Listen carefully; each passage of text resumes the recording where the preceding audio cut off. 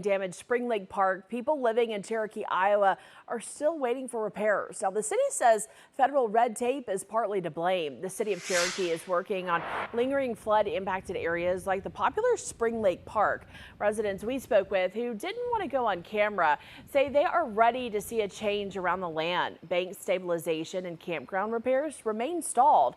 Now, Cherokee City Administrator Teresa Pudin says that project was recently obligated by FEMA, meaning the money was set aside for a specific disaster, and the city is working on the process. The work could cost $800,000, and she says it won't be ready this season, but hopefully by spring of next year.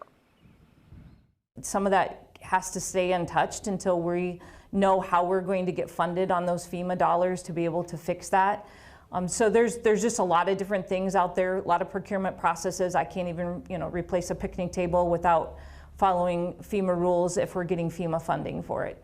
Another flood-related area is in the center of the park, the Yacht Club. Now, it's a riverfront building the community often used as an event center. Work on the Yacht Club has not started. It's still under review by the City Council and FEMA.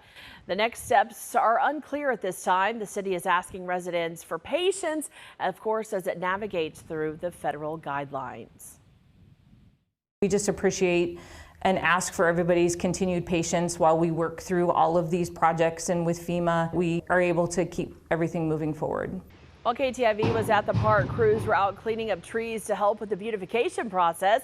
Those trees were damaged by recent storms or were impacted by the emerald ash borer. With the 2-year anniversary of the historic flood of 20